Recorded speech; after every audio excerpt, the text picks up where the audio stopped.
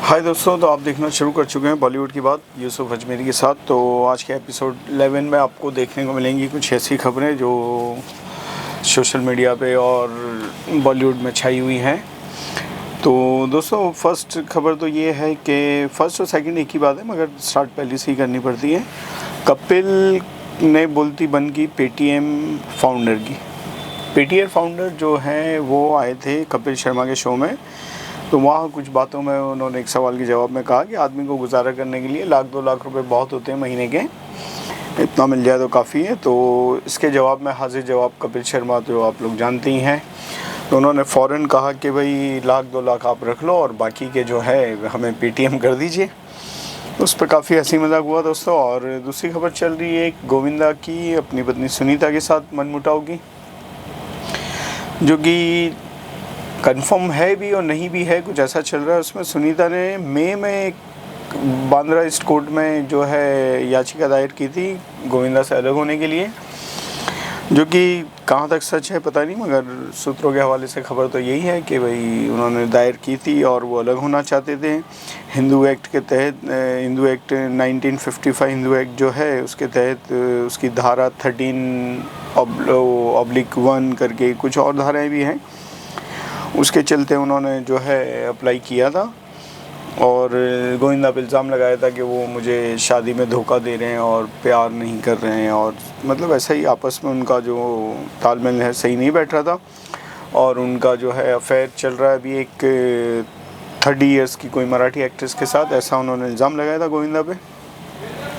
और ये इल्ज़ाम पिछले काफ़ी टाइम से चल भी रहा है, रूमर्स चल रहे थे कि तलाक लेने वाले नहीं। इस बीच काफ़ी इंटरव्यूज़ मतलब दिए सुनीता ने काफ़ी पॉडकास्ट पर, और अभी तक ये क्लियर नहीं हो पाया है, मगर दोनों फ़िलहाल भी साथ ही हैं, रहते भले वो अलग अलग बंगले में हैं, ऐसा सुनने में आया है। और कहा जाता है कि गोविंदा अपने एक अलग बंगले में रहते हैं और उनके बच्चे और सुनीता एक अलग बंगले में, जो कि आसपास ही है, ज़्यादा दूर नहीं है, उन दोनों के बीच की दूरी ज़्यादा नहीं है।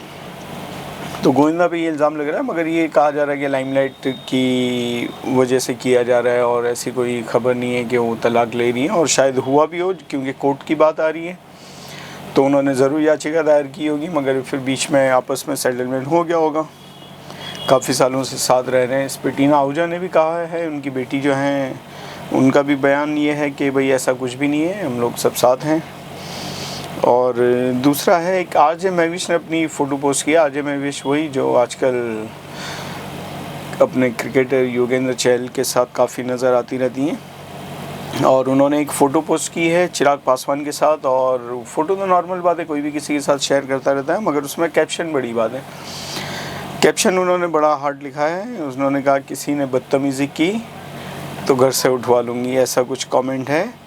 तो उस कमेंट पर लोगों ने काफ़ी कमेंट किए हैं और उसका मज़ा लिया और अच्छा लगा लोगों को। और दूसरा एक है कि टीवी एक्ट्रेस अदिति शर्मा जो हैं वो भी विवादों के घेरे में है। उनकी शादी लास्ट कुछ 8-9 महीने पहले ही हुई थी। ये आई थिंक नवंबर की बात है, नवंबर में उनकी शादी हुई थी। और शादी के वक्त भी जब ये खबर उड़ी थी तो अभिनीत उनके जो पति हैं उन्होंने कहा था कि भाई शादी के वक्त भी इसने जो है मेरी अपनी शादी जो है 5 महीने तक छुपा के रखी थी, ये कह कर के बॉलीवुड में अगर इंडस्ट्री में पता चला लोगों को कि मैं शादीशुदा हूँ तो काम मिलने में कुछ प्रॉब्लम होगी, जबकि ऐसा कुछ भी नहीं है। दीपिका भी काम कर रही है, उनको भी खूब काम मिल रहा है, कैटरीना भी कर चुकी हैं, और इससे पहले काफ़ी हीरोइनों ने काम किया शादी के बाद भी। हाँ, जिनकी अपनी मर्ज़ी नहीं होती है वो नहीं करती है, बात और है, मगर काम चाहिए तो काम ज़रूर मिल जाता है अगर आप में टैलेंट है तो।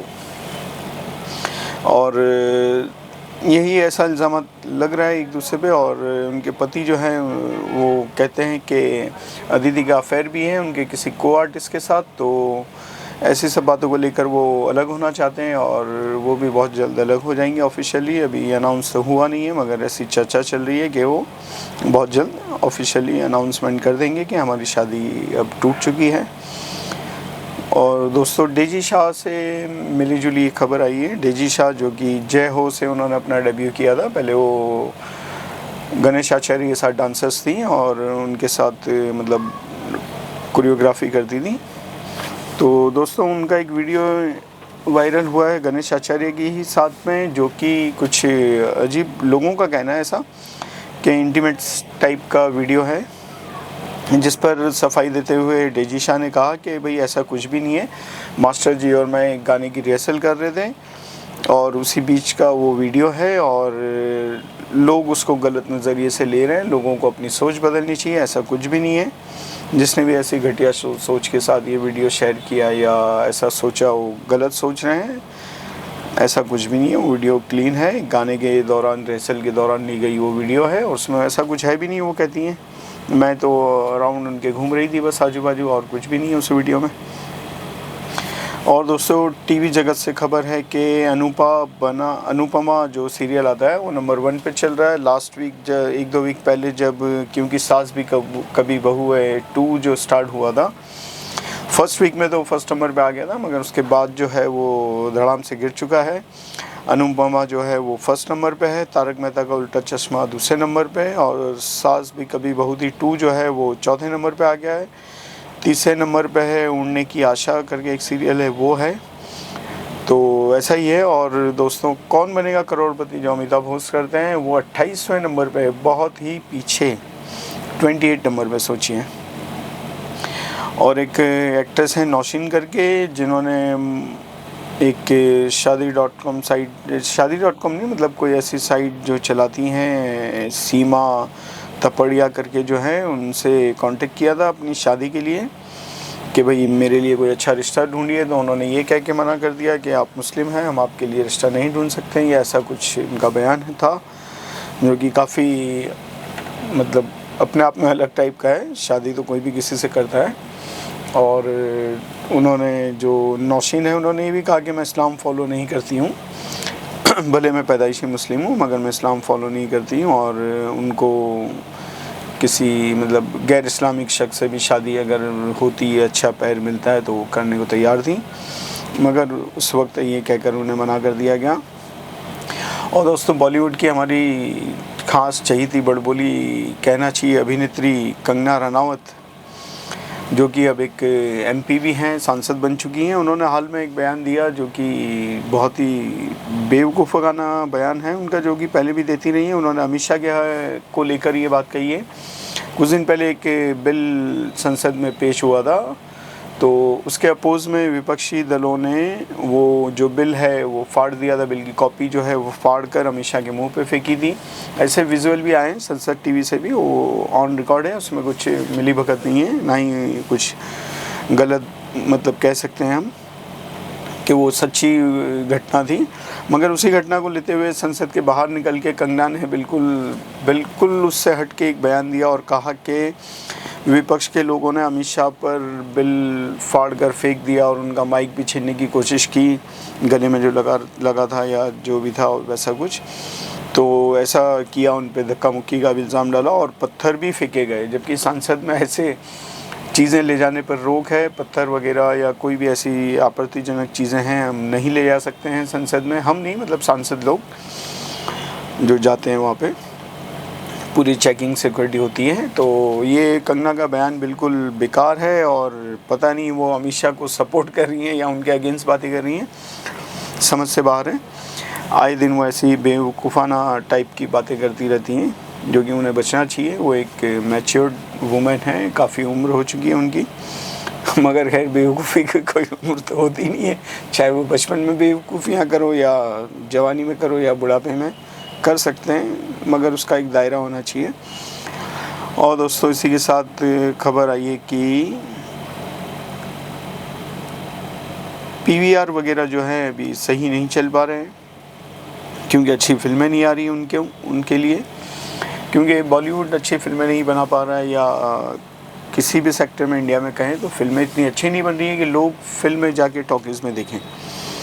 उसकी कई वजह हैं, तो इन वजहों पे भी हम चर्चा करेंगे। और उसके पहले मैं आपको बता दूं कि आर्यन खान, जो कि आजकल काफ़ी वायरल हुए पड़े हैं अपनी फ़िल्म को लेकर, बैड्स ऑफ बॉलीवुड, जो कि उन्होंने लिखी भी है और डायरेक्शन भी उन्हीं का है, जिसकी वजह से वो बहुत चर्चा में है और हर शख्स उनकी बातें कर रहा है। मैं अपने पिछले वीडियो में बता भी चुका हूँ, शाहरुख खान ने भी उनकी खूब तारीफ़ की, कहा कि टैलेंटेड है और आप जितना प्यार मुझे करते हैं उतना ही प्यार, उतना नहीं तो 10%, 20%, 40% मैं कहता किसी और के लिए कि आप उतना प्यार उसे दें, मगर ये मेरा बेटा है, आप उसे 110% भी प्यार देंगे तो मुझे अच्छा लगेगा, और आप उसे खूब प्यार दीजिए।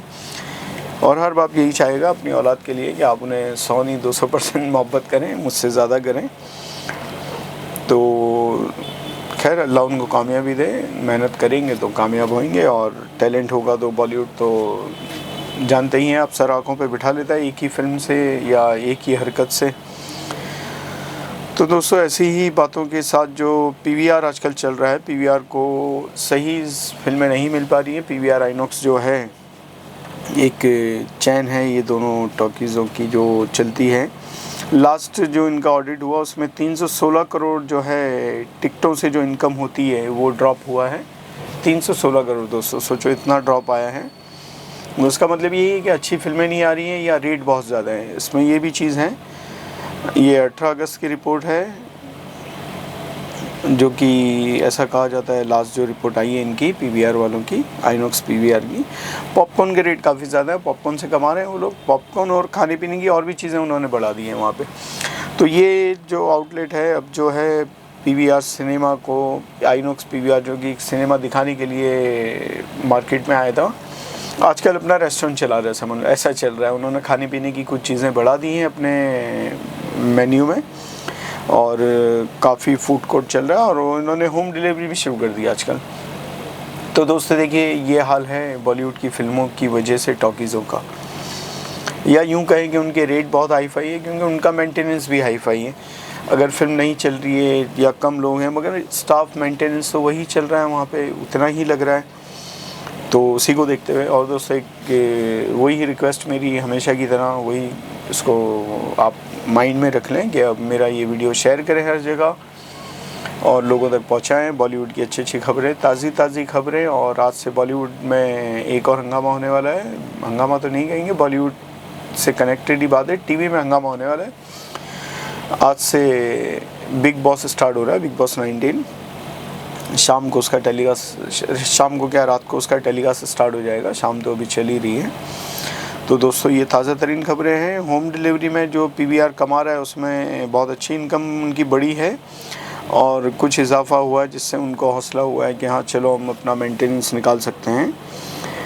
और ओटीटी की वजह भी एक है। ओटीटी पे जो फिल्में आ रही हैं आजकल और जो कंटेंट मिल रहा है, वेब सीरीज़ वगैरह देख लो या कोई भी चीज़ें जो टॉकीज़ में उनको पब्लिक को नहीं मिल पा रही, ओटीटी में मिल जाती है। साउथ की फिल्में हों, उसको हिंदी में डब करके देखना हो, लैंग्वेज बदल के, या कोई इंग्लिश फिल्में हैं जो हमें ओटीटी प्लेटफॉर्म पे मिल जाती है। नेटफ्लिक्स हुआ, अमेज़ॉन प्राइम हुआ, हॉटस्टार हुआ, जियो, डिज़नी हॉटस्टार जो भी है सब, तो वहाँ हमें हर तरह के कंटेंट मिलते हैं और एक फिक्स अमाउंट पे। ऐसा नहीं है कि वार आई तो 250 की टिकट 300 में हो गई और फिल्म देखने गए तो हमें फिल्म में मज़ा नहीं आया। जैसे देखा जा रहा है अभी, वार बहुत ही फ्लॉप गई। 400 450 करोड़ की फिल्म जो कि 300 करोड़ तक का ही बिज़नेस कर पाई अब तक, अप्रोक्स अंदाज़ा बता रहा हूँ मैं। और ऐसा ही हाल है इसमें बॉलीवुड जो इसमें चल रहा है खस्ता हाल में। इसकी वजह है यही कि घिसा पिटा कंटेंट, घिसी पिटी एक्टिंग, आर्टिस्ट की वैल्यू नहीं बची अब जो पहले हुआ करती थी। उन आर्टिस्टों की जो एक्टिंग नहीं कर रहे। कई ऐसे आर्टिस्ट हैं जिनको पब्लिक अभी भी हाथों हाथ लेती है, शाहरुख खान हुए, और भी कई ऐसे नए नवे स्टार हैं। जैसे सैयारा अभी आई, आहन पांडे को लोगों ने पसंद किया, और ये उनकी हीरोइन जो थी वो क्या नाम है उनका, सहर बाम्बा, नहीं सहर बाम्बा नहीं थी, कुछ और नाम है, याद नहीं आ रहा। सहर बाम्बा तो इसमें है, ये बैट्स ऑफ बॉलीवुड में भी वही ध्यान में आ रही है। उनकी भी खबर है कि सहर बाम्बा कौन है, कैसे इनको ये नेटफ्लिक्स की इतनी बड़ी वेब सीरीज, नेटफ्लिक्स की नहीं कहेंगे उसको, रेड चिली की कहेंगे, क्योंकि नेटफ्लिक्स से ज़्यादा बड़ा नाम जो हमारे जहन में आता है शाहरुख खान है, और रेड चिली उन्हीं की कंपनी है। तो इसलिए कहा जाएगा रेड चिली ने इनको क्यों लिया। तो सहर बाम्बा कौन है ये इस पे बात करेंगे हम, क्योंकि हिमाचल प्रदेश से आती है, बहुत ही गरीब परिवार से। तो मैं बता रहा था दोस्तों पीवीआर की बातें। पीवीआर ने लास्ट कुछ महीनों में पुरानी हिट फिल्में जो हैं रिलीज़ की, तो उससे भी उन्होंने काफ़ी पैसा कमाया। 124 करोड़ करीब उन्होंने उन फिल्मों से कमाया। 71 लाख टिकट करीब बिके, या ऐसा कुछ रिकॉर्ड है उसका। तो 124 करोड़ अच्छी रकम होती है, उन्होंने कमाया। ये नई प्लानिंग मिली उनको उससे कि पुरानी हिट फिल्में जो रिलीज़ हों, क्योंकि नया कंटेंट अच्छा ही नहीं रहा, पब्लिक पसंद ही नहीं कर पा रही है, या पसंद तो करती है जाना मगर जाकर निराश होती है, जैसा कि हमें इसमें वॉर में देखने को मिला। इसके पहले भी कई फिल्में हैं।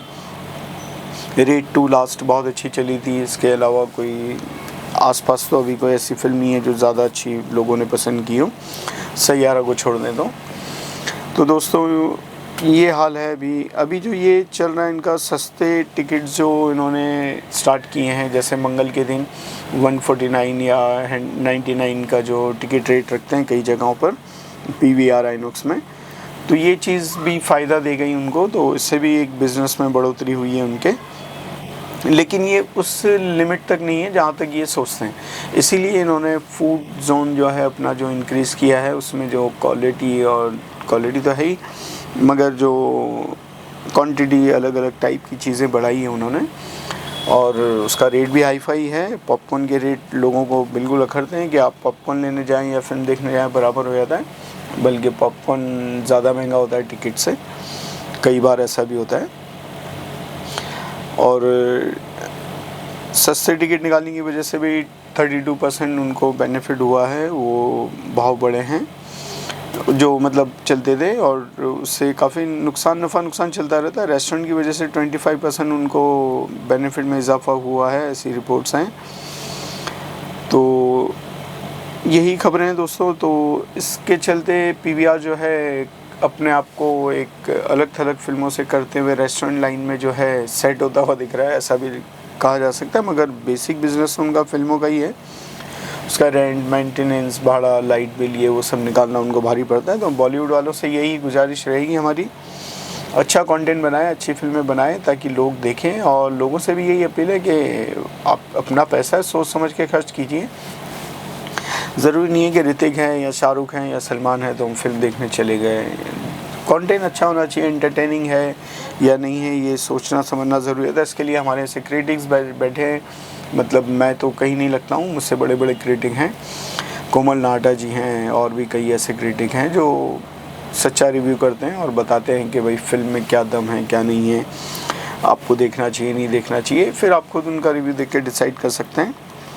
ऐसा नहीं है कि आपने सोशल मीडिया पे देखा इतनी बुकिंग चालू है, इतनी टिकट सेल हो रही है और उससे हम फिल्म देखने पहुंच गए, तो हमें निराशा ही हाथ लगेगी, क्योंकि आजकल ये फ़ेक कलेक्शन का भी सिस्टम है। और PVR का जो नुकसान बता रहा है उससे ये फ़ेक कलेक्शन भी जो है उजागर हो रहा है। PVR की इस रिपोर्ट से पता चलता है कि PVR को अगर बिज़नेस नहीं मिला है उतना, और वो सर्वाइव करने में नाकाम है टिकटों के ज़रिए, तो ये बात कंफर्म हो जाती है दोस्तों कि इतना बिज़नेस जो कई फिल्मों का बताते हैं ये लोग कि इतना करोड़ हो गया, उतना हो गया, 3 दिन में फिल्म 100 करोड़, 150 करोड़, 300 करोड़ कमा लेती है। अगर इतना बिज़नेस आ रहा है तो फिर आपको बिज़नेस क्यों नहीं मिल रहा है? तो ये भी एक सोचने वाली बात है। तो इससे ज़ाहिर होता है कि फ़ेक कलेक्शन आते हैं, और फ़ेक कलेक्शन की दुनिया के बेताज बादशाह कहे जाते हैं।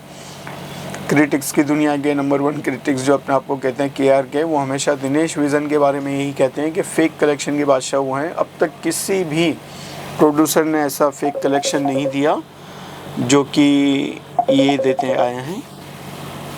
बहुत ज़्यादा ही मतलब बड़ा चढ़ा के कलेक्शन देते हैं। तो हो सकता है इनकी बात सच भी हो KRK की, मैं उससे पूरा तो इत्तेफाक नहीं रखता हूँ, मगर ये बात सच है कि फ़ेक कलेक्शन होता है, चाहे वो दिनेश विजन देते हों या करण जौहर देते हों या कोई और। करण जौहर ने भी एक बार अपनी इस बात को एक बातचीत के ज़रिए कंफर्म किया था कि हाँ लोग मतलब बड़ा चढ़ा के फ़ेक कलेक्शन देते हैं ताकि उनकी फ़िल्म की हाइप बढ़े। और OTT राइट्स भी बेचने के लिए ऐसा कहा जाता है कि भाई फ़ेक कलेक्शन अगर आएंगे, जैसे 200 करोड़ बिज़नेस की, तो OTT राइट्स बिकने में आसानी हो जाएगी। लेकिन कई बार ये चीज़ जो है अच्छी नहीं रहती है, पब्लिक उसमें बेवकूफ़ बनती है कि वो कलेक्शन देख के कई बार फिल्म देखने चली आती है। तो दोस्तों कलेक्शन देख के फिल्म ना देखें, फिल्म का रिव्यू देखें, कंटेंट देखें कैसा है क्या है, उसके हिसाब से जाएं, और एक